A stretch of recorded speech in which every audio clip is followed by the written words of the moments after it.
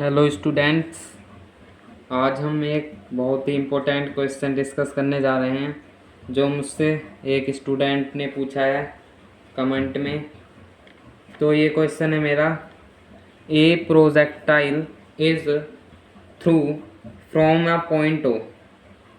ए projectile है, through हो रहा है एक पॉइंट ओ से, right, on the ground at an angle 45 degree. Ground पर एंगल कौन सा बना रहा है?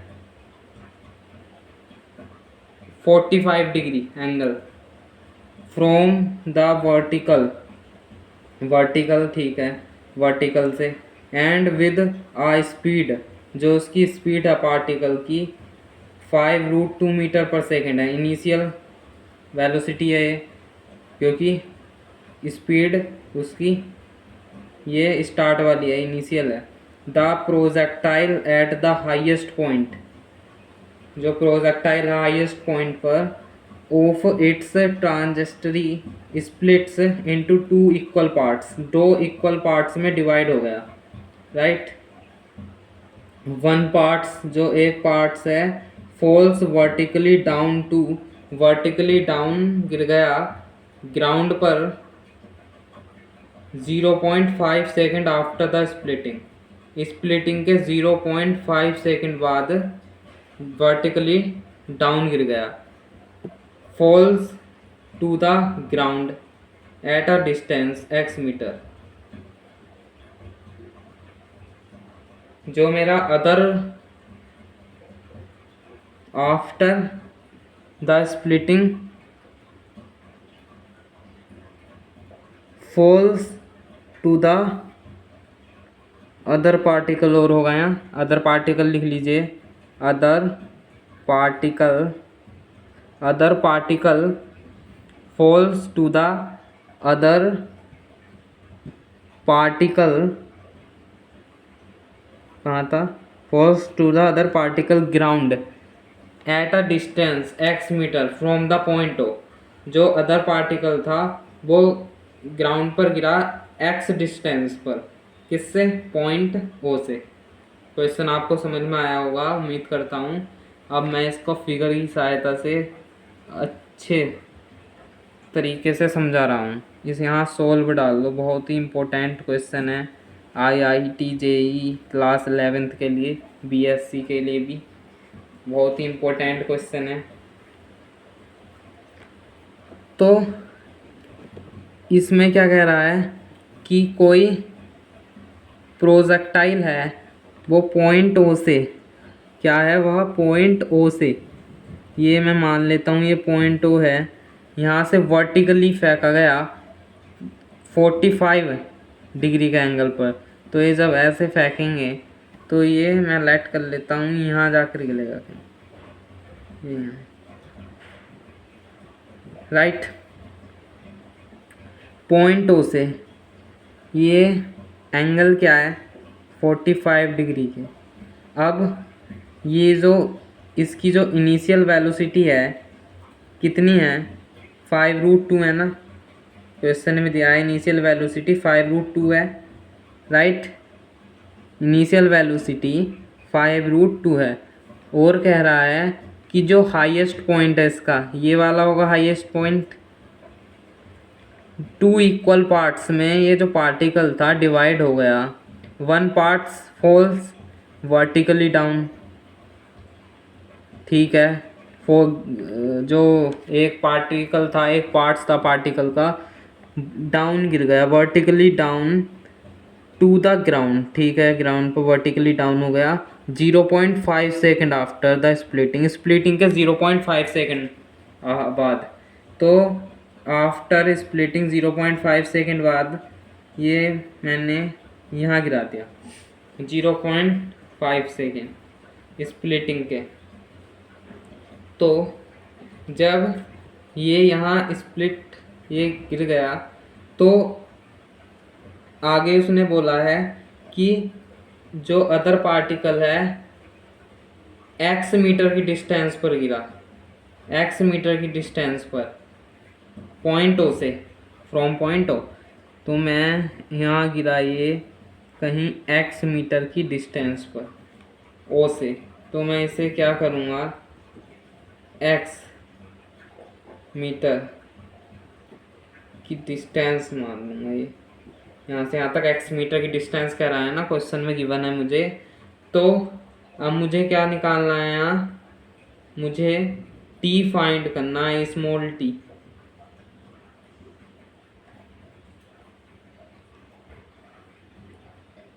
False to the other particle ground, T second after गिराए। तो ये क्या क्वेश्चन में गिवन है मुझे, टी सेकेंड। तो मुझे ये टी निकालना है यहाँ से यहाँ तक ये। तो ये मैं टी कैसे फाइंड करूँगा, जब मुझे कैपिटल टी फाइंड होगा, टोटल टाइम पीरियड फाइंड हो जाएगा, ये 0.5 है, तो मैं टी फाइंड कर लूँगा। बोलो कि नहीं कर लूँगा, क्योंकि टी जो मेरा टी का फॉर्मूला है, एक मेरा टी का फॉर्मूला होता है 2u साइन थीटा अपॉन जी। ये फॉर्मूला होता है मेरा टी का, राइट। तो मैं कैपिटल टी फाइंड कर सकता हूँ 2u साइन थीटा अपॉन जी से कर सकता हूँ। जी मैं यहाँ 10 लूँगा, क्योंकि 9.8 क्वेश्चन में 10 मीटर पर सेकंड स्क्वायर दिया है जी। तो 2u, वैसे 9.8 इसकी वैल्यू होती है, 2u साइन थीटा अपॉन जी, राइट। 2u क्या है, इनिशियल वेलोसिटी क्या दी है मुझे, 5√2 मीटर। थीटा क्या है मेरा 45, तो थीटा 45 डिग्री पुट कर दूंगा। जी 10 है मेरा, तो ये 5 से 5 बार 5 से 5, ये मेरा आ गया, यहाँ आ गया मेरा √2 साइन 45 की वैल्यू 1/√2। ये मेरी t इक्वल आ गई 1, t इक्वल 1। जब मेरी t इक्वल 1 आई, तो अब देखो, जब मेरी t इक्वल 1 आ गई, total time period t equal 1 है। जो यहाँ से यहाँ तक टाइम पीरियड था मेरा ये 0.5 सेकेंड, प्लस जो यहाँ से यहाँ तक था t, ये किसके इक्वल होगा, ये टोटल टाइम पीरियड के इक्वल होगा। देखो फिगर की सहायता से, जो 0.5 है ये सेकेंड, ये t सेकेंड है, ये इक्वल होगा टोटल टाइम पीरियड के। तो मैं यहाँ से फिगर से लिख सकता हूँ, फिगर की मदद से, कि जो 0.5 plus T small T equal होगा कैपिटल टी के, स्मॉल टी मुझे फाइंड करना है 0.5। अब देखो यहाँ जो मेरा 0.5 है, राइट, और t की वैल्यू मैंने निकाली है अभी, कितनी आई है 1। तो मैं यहाँ t की वैल्यू पुट कर दूँ, तो ये t आराम से निकल जाएगा। t इक्वल होगा मेरा 1 माइनस 0.5 के, तो t आ गया मेरा 0.5 आ गया मेरा, ये इतने सेकंड आया। तो यही मुझसे क्वेश्चन में पूछा था, राइट। अब एक पार्ट और बनता है, यहाँ से एक पार्ट और बनता है, वो भी बता देता हूँ। यहाँ ये तो मुझे टी फाइंड करना था, क्वेश्चन में तो सिर्फ इतना ही है जो मेरे स्टूडेंट्स ने लिखा था। अब ये x, अगर मुझे ये x डिस्टेंस फाइंड करनी हो जहाँ ये पार्टिकल गिरा था, तो मैं क्या करूँगा, सबसे पहले मुझे जो ये यहाँ तक रेंज होगी, यहाँ तक, यहाँ से भी पॉइंट ओ से यहाँ तक रेंज होगी, और ये x है। सबसे पहले मुझे रेंज फाइंड करनी पड़ेगी। तो रेंज का फॉर्मूला क्या होता है, रेंज का फॉर्मूला देखो, रेंज का फॉर्मूला इक्वल होता है u square sine 2 theta upon g के। अब u की वैल्यू क्या है 0.5√2 थी ना, तो 5√2 का स्क्वायर साइन थीटा 45 था, तो ये 90 आ गया अपॉन 10। R इक्वल होगा 25, ये 50, राइट, और इसकी 1, 10, ये कटेगा 5, ये R आ गई मेरी 5 मीटर। रेंज जो आ गई, रेंज मुझे फाइंड हो गई। अब मुझे तो ये x फाइंड करनी है, ये यहाँ से यहाँ तक की डिस्टेंस, जहाँ मेरा जो दूसरा पार्ट था पार्टिकल का जाकर गिरा है ग्राउंड पे, उसकी डिस्टेंस फाइंड करनी है। तो मैं कैसे फाइंड करूँगा? अगर मैं मास लो पढ़ा है आपने, अगर मैं जो ये पार्टिकल था इसका मास 2m लेट कर लूँ। अब 2m क्यों लेट करा मैंने? क्योंकि ये पार्टिकल 2 पार्ट में डिवाइड हुआ ना, तो इनका जो मास होगा अलग अलग होगा। इक्वल डिवाइड हुआ ना, तो m प्लस m होगा। तो मैंने 2m लेट कर लिया इस पूरे पार्टिकल का, राइट। तो पूरे पार्टिकल का 2m है। क्वेश्चन में दिया है कि ये एक पार्टिकल गिर गया है, तो m, ये जो मेरा m है, ये गिर गया किसके साथ? 0। वेलोसिटी तो इसकी 0 हो गई जब गिरा। और ये जो दूसरा पार्टिकल है m मास के साथ आगे गया v वेलोसिटी से, v1 लेट कर लेता हूँ मैं इसे, राइट। तो मैं कह सकता हूँ यहाँ, क्या कह सकता हूँ, जो मेरा मोमेंटम होगा, इनिशियल मोमेंटम इक्वल होगा फाइनल मोमेंटम के। कैसे?